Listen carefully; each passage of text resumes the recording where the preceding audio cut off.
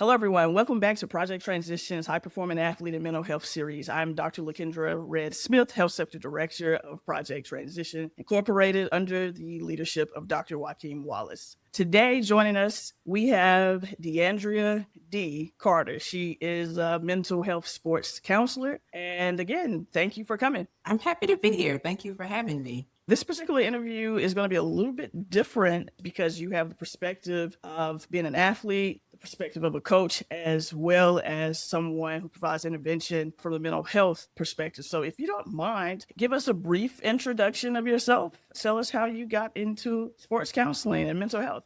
As mentioned, my name is Dee. I'm from Texas originally, born and raised. I'm currently in Louisiana. I would say my experience being an athlete, as far as from middle school, high school, college, club, everything is what led me to wanting to be a mental health counselor. And I'm sure that'll eventually come up more as we continue to discuss and talk. So you grew up in small town, East Texas. You come from a family of athletes. And at some point, you're a really good athlete. You get recruited, you get scholarships. That starts your collegiate journey as a student athlete. So talk us through that process from you becoming an athlete, dealing with the dynamics of family and your recruiting process. I played club ball. That was a big thing for me, volleyball. I got injured in high school, and that actually ended up causing a lot of issues for me with a knee injury. I had to have surgery. I had my knee scoped, and that actually hurt my confidence way more than I thought. So the recovery process for that was scary. It's hard. Instead of being able to do volleyball moving forward, it was more so basketball. But I did get a scholarship for volleyball and track,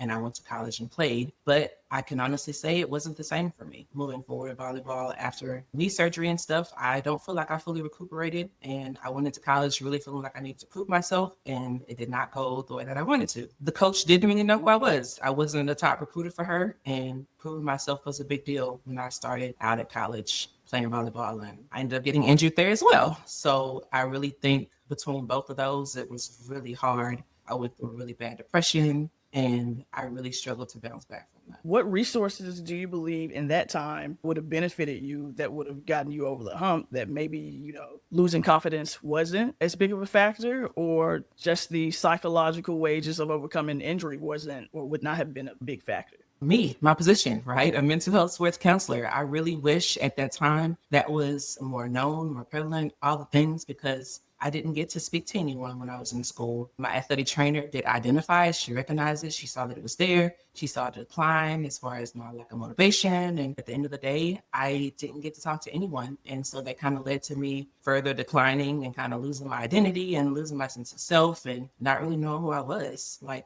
sports was my identity. And then when you lose that, what else is there? When you're out in a place far away from home, I was homesick. Like I said, I'm from Texas. And I was out playing sports in Kansas, which 8, 9, 10 hours away from home, no family, making new friends. And that kind of led to a lot of my depression. I didn't have much support. So you mentioned support. In that process, what type of support do you think would have benefited you most?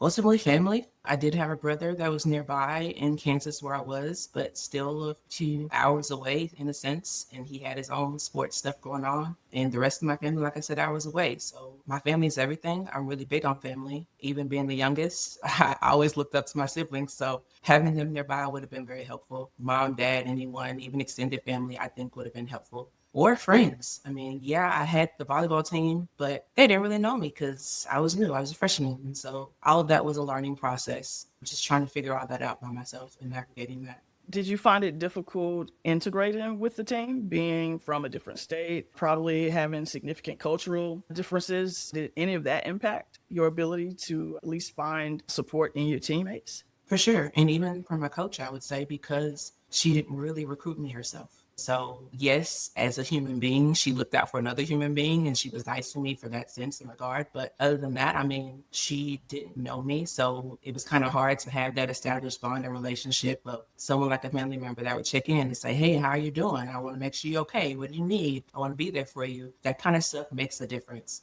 Yes, I had a roommate, but we were just that, roommates, right? We weren't friends. We didn't hang out with each other all the time or anything like that. We were teammates, and that was the gist of that. So I'm assuming that you did not attend like a Power 5, Power 4 institutions. My question is for you from the mental health sports counselor perspective. For those coaches who don't have access to the resources and the staff, what advice do you give them in managing or assisting in managing those types of conflict and psychosocial issues if they recognize them in their athletes? First, I would say, it starts with the coaches, right? Building that bond, building that relationship, being present, being attentive, because when you don't have outside resources, it really comes from the coaches. It comes from the athletic trainers, because they're the ones that see you every day. They're the ones that interact with you every day. And they're the ones that's going to catch something beforehand before the decline happens.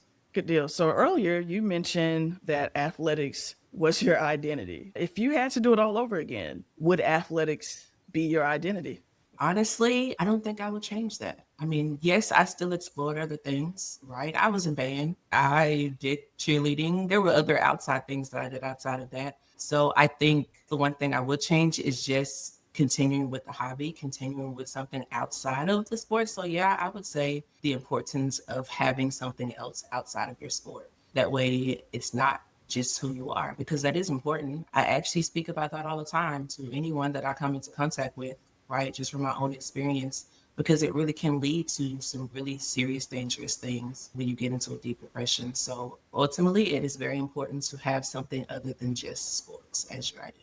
So, for athletes or anyone who's listening, what signs of depression, especially in an athletic setting, do you or would you encourage people to look out for so they can encourage themselves or their teammates to seek assistance if needed? If someone is used to being like you're used to that person being energetic or funny or the life of the team or coming with the energy, and all of a sudden they shut down, notice it. They're used to hanging around with the team, they step away and they start to isolate, notice it. They're quiet. They're not eating as much as they were. You notice the issues with them sleeping. Maybe they look tired all the time. Or it could be on the other side, right? It could be that they're irritable. They're angry. And you see that side of them because it can show up in different ways. It really comes down to paying attention to what's going on to the people around you, right? Stop being just focused on yourself. Because if you have a friend, being a friend is about paying attention and having awareness. That's great advice. Moving forward in the conversation, at some point, you're like, okay, my athletic career is done.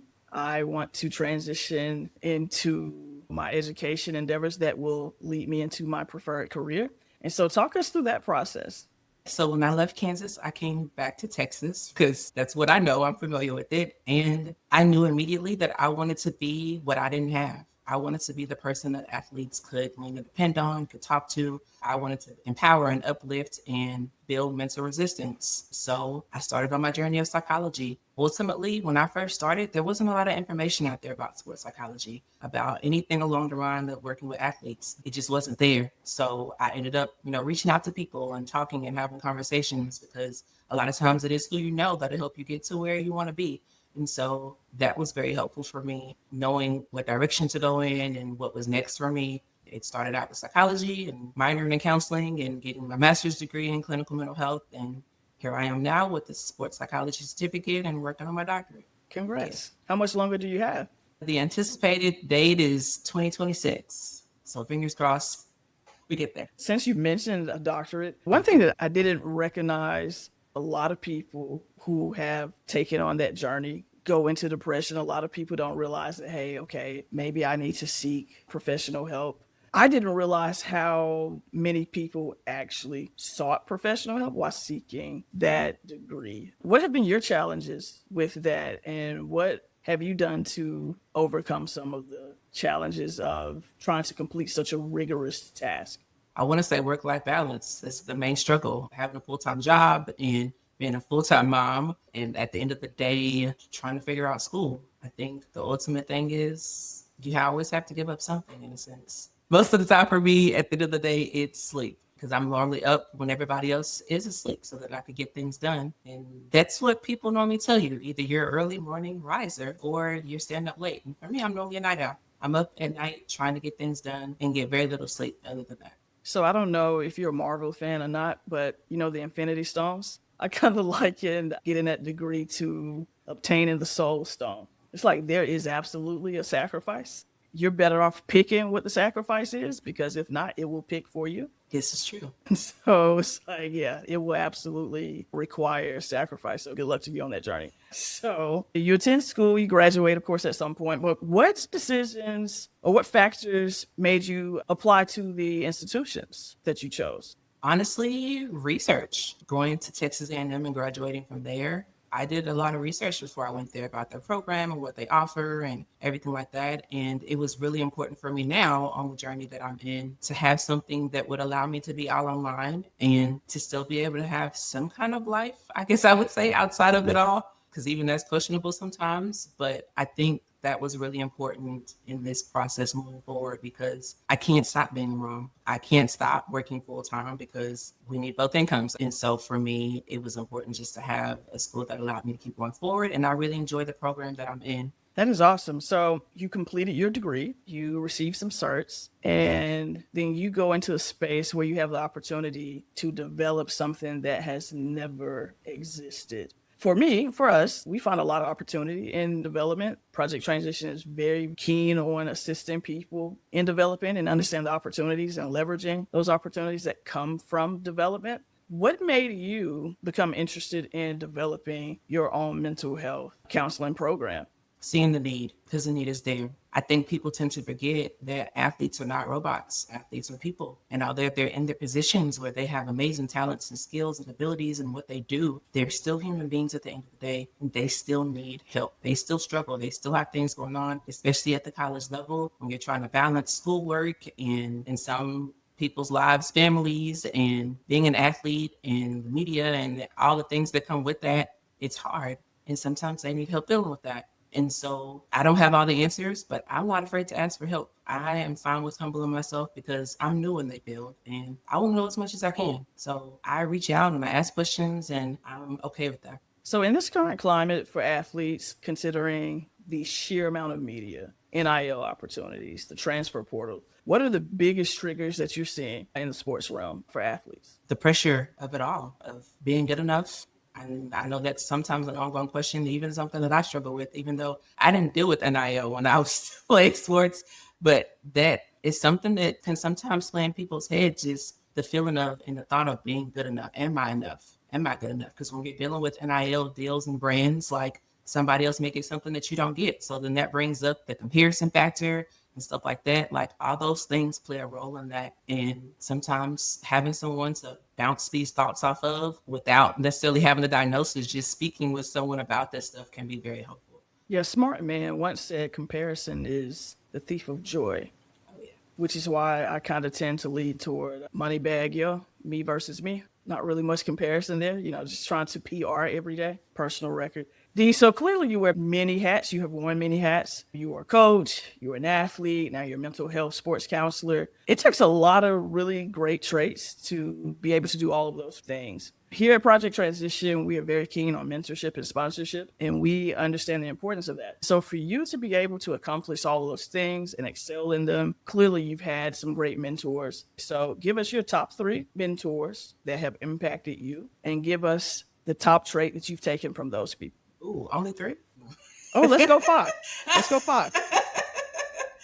My sister Shakita, she is an athletic trainer. Shout out to you. She's awesome. She's amazing. I have always looked up to her. For the most part, we share the room. We've been around each other for a long time. So I love her. Her hard work, her resiliency, determination, her drive, everything about who she is and what she does. I think I've always looked up to her for that. My older brother, oh man, all the struggles that he's gone through, similar to my sister, the hard work, the determination, the will to never give up, even if that looks like moving around, figuring out what you want to do, trying to accomplish whatever it is, figuring out all things about yourself. So my brother Douglas, he will be my other mentor. And then I would say my parents. There was never anything that I couldn't accomplish, nothing that I couldn't do, regardless of what they had to do to help me do that. They were willing to do it. And they sacrificed so much for me to do all the great things that I've been able to do. I solely believe that I am where I am today and who I am today because of them. So shout outs to them as well.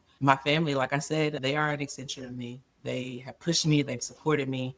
They've been there for me. They love me. They help me in any way they possibly can. So I for sure am here because of them. And then shout out to my stepdad. He came in during a time that I would say was really hard for me. And he has looked out for me and taken care of me like I was his own. So yes, those would be my 5.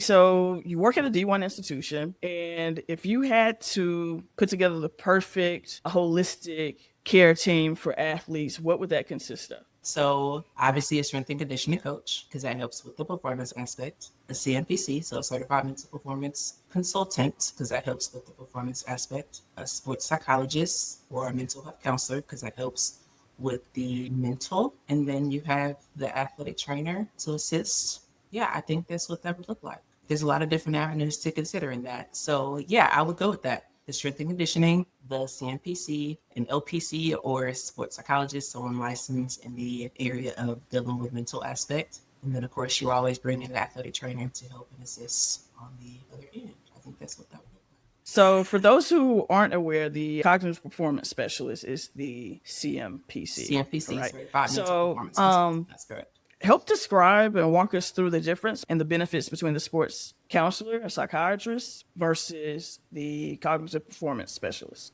That's a good question as well, because there's a lot of different areas. There is some overlap that takes place with some, but at the end of the day, psychiatry is always going to be medicine. So if there's any kind of medicine that you would like to get prescribed or take or anything like that, a psychiatrist is where you want to go. LPC, licensed professional counselor, which is what I am. I deal mostly with everything mental. I do not prescribe medicine. I do talk therapy. I focus in on cognitive behavioral therapy, which is working on negative thoughts, negative processing, redirecting that into positive self-talk, building confidence, self-esteem, things of that sort. So when you get into the realm of CNPC, the certified mental performance consultant, they deal mostly with ideas of performance. So they can still do self-esteem work, they can still do mindfulness work as far as mental skills training. They also work hand in hand with coaches. They can also work hand in hand with anyone that comes into contact with the athlete. So teamwork, they do all of that as far as working on self-confidence, self-esteem, things of that sort. So the difference mainly would be with me as a mental person. I can cover a lot of different areas, from the depression, from the anxiety, from other obviously additional disorders. If we talk about schizophrenia or bipolar or anything like that, I also have the resources to be able to deal with that as well. In previous conversations with the athletes, in some previous interviews, the athletes that were very dominant in their sport, some of the Olympians, their self-talk was positively off the charts. And that was kind of the biggest thing I noticed between those individuals that struggled in their sports or struggled with support versus those who were extremely successful was the self-talk, because mentally they were extremely resilient, had honestly just quite a bit of resolve. And so, how important is self talk for athletes? Very important, if I can say that. I'll answer that and say it holds a certain level, because you could train as hard as you possibly want to. But at the end of the day, if you're telling yourself you're not good enough, then you're not good enough, right? Like you're not going to show that in whatever it is that you're doing. So self-talk kind of helps you peak to another level as far as where you want to go, right? Because training every day, practicing every day, strength and conditioning every day, like all that kind of stuff gets you physically to where you want to be. But then that mental aspect plays a role in that, as far as how you're talking, what you're saying. And I'll even take this a step further and say what you're listening to and what you're viewing. That plays a part in that as well. Okay, so if it's pregame, what are you listening to? Oh, it was always uppers. It was never downers. It was probably more than likely something along the lines of rap, more than likely. But yeah, I think it really depends. Like if it was the time right before like a game or a match or something, or even obviously track, like me getting ready to run, I was listening to something without words. So Ah, it would be an instrumental of something, because it was more so the rhythm of the beats that I wanted to really get into. Like I could bob my head, and obviously I could sing the words, not sing the words, but I didn't want to be focusing on that. It was more so the idea of hearing the music, feeling the music, visualizing what I'm about to do. I didn't want to be distracted by anything else. So I so think that was more so the importance of it. wow, so pregame, you actually use music, not necessarily the words or the lyrics to get you pumped up, but literally for mental prep, mental Correct. reps. Wow, nice. What's your favorite instrumental? Now I get more into like violin music, so I'm really big into that now. I can't tell you anything other than that. I am aware that when you all have sporting events that you're at the games, now there's more rap, heavy metal, rock that are being played over the loudspeakers at the game. Do Mhm. you think that is impacting your decision to play instrumentals and violins? Even now, depending on what I'm about to go do, if I really want to be amped up for something, I don't play anything with words to it, because I feel like it's a distraction for me. If I'm doing homework, I'm playing something instrumental. I'm not playing anything with words in it because I feel like it's distracting. Do you have an inner voice in your head? Like, are you one of those people that don't have Oh, one? You do. yes, I You have an got one. invoice. Yes, for sure. Cool beans. That's So I probably guess why since I feel we're like it's a distraction because I can't hear myself think if there's other words involved in that. since we've been talking about music and you mentioned mindfulness, what are some good mindfulness techniques that you recommend for athletes or anyone who kind of just wants to take their mind off or try to get back to baseline? So the trick about mindfulness is focusing on the here and now. A lot of times, as athletes, as adults, as people in general, everything comes down to what do I need to do next? What happens next? Right? When you're on the court, it's next play. What happens next? Next score, next shot, next bucket, next field goal, next touchdown. Like everything is next, next, next. And that's overwhelming. It's a lot that takes a toll on your mind. Like you're constantly in moving, moving, moving fast. And so with mindfulness, you slow things down. You focus on what is happening right now. So, ooh, I just made that shot. Or, ooh, I just threw a nice pass. Ooh, I just kicked the goal. Whatever. You're focusing, you're bringing your awareness and your senses into what's happening right now. And a lot of times that looks like deep breathing. And normally when I tell people that, they say, I breathe all the time. I'm like, yeah, but it's a little more to it than that. Right. And so bringing your awareness to your breathing. That can look like placing your hand on your stomach, placing your hand on your chest, and inhaling, holding it, and exhaling. That really helps to center people. And I think that's something that's very underrated because people think they're breathing, but deep breathing actually helps to center people very well. Yeah, it's one of the few things that can actually get you back into a parasympathetic state. Yes. Yeah. So deep breathing, number one. Other grounding techniques, I would say 5, 4, 3, 2, 1, which looks like targeting your senses. What do you see around you? What do you taste if you're chewing on something? What do you smell? What are you touching? You're sitting on something. What's the texture of what you're touching? So just identifying your senses, right? Your senses are there for a reason. So being able to target and kind of redirect everything back to your senses. What do you see around you? Did you notice that person flipping on their head? Like what is happening around you? Pay attention to that. You mentioned the here and now. And so in some communities, just being in the here and now, and you mentioning making that shot, et cetera, I kind of equate that to celebrating yourself. Some communities have very difficult times acknowledging that they did something great. I guess it's because, we've always, in some respects, it's definitely in my community, just be humble, act like you've been here before. You don't get a cookie for doing what you were supposed to do. That's kind of my take a lot of times on things. I don't want to devalue the quote unquote good job. And so Right. for those people who were brought up in that type of family dynamic and that type of cultural upbringing, how do you help them implement mindfulness techniques considering their upbringing or some of these traits that they've developed over time? I think that's when it's kind of like the breakdown to build up idea. You first have to identify what you've been told, understanding what that looks like, and then build up from there. So there's a reason why, and I say this all the time to my clients, there's a reason why so many words start with self, right? Self-respect, self-care, self-love. All those words start with self for a reason. And so at the end of the day, you learn that it's not like narcissistic or it's not crazy to celebrate you because a lot of times nobody else is going to do that. You're not going to always have a crowd around you like, yeah, you did it, excited to celebrate what has taken place for you. So being intentional about the things that you accomplish is very important, and even starting with something small. And I normally encourage people to do that. Maybe your celebration of yourself is because you worked a lot and you take a nap. Maybe it is you decided to go buy something for yourself. You bought an extra drink that morning, or you cheated and bought some kind of dessert or whatever. Like it really does start small, and it really starts with being intentional. There is a reason why when you get on the airplane, they tell you to put yours on first before you do anybody else's. Take care of yourself first. Because in order for you to help somebody else, you have to be full, right? Your cup has to be full. You have to have the energy to take care of other people. So that really starts with you taking care of yourself. So I really, whenever I'm working with someone, I start small and I encourage them and I support them in that journey of starting small, as far as with their compliments to themselves or with journaling or anything like that. Like all of that starts small and you kind of work your way up to where you want to be. So, for athletes who experience burnout, do you think they don't utilize a lot of those self words that you just previously mentioned? I think it's a combination of a lot of things when burnout happens, right? Because the signs are normally there, but you don't really know what to do in the moment. Like boundaries play a factor when burnout happens because you don't know when or how to say no to people, or you feel like you can't say no to people. So that plays a factor. So you overwork yourself and it becomes too much.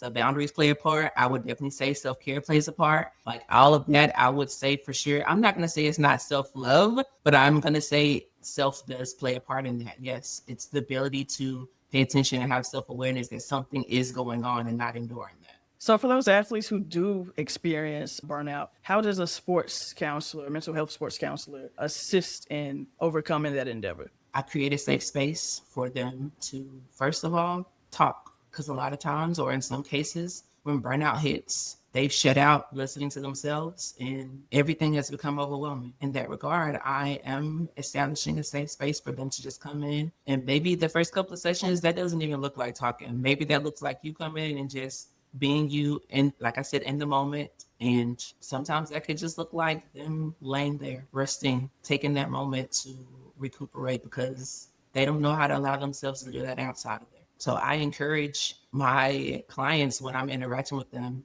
to just let it be known what they need, because at that point, that means they're speaking for themselves. So if they can tell that to me, that's the first step. What do you need? What's happening? And if it's just, I need to sit here for a minute. Okay, let's do that, because that's the first avenue. Let's take that step. I just need to breathe. All right, I just need to be here. I need to exist. All right, what does that look like? Let's start there. So for any athlete who's going through any type of trial and tribulation, what nugget of advice do you have for them?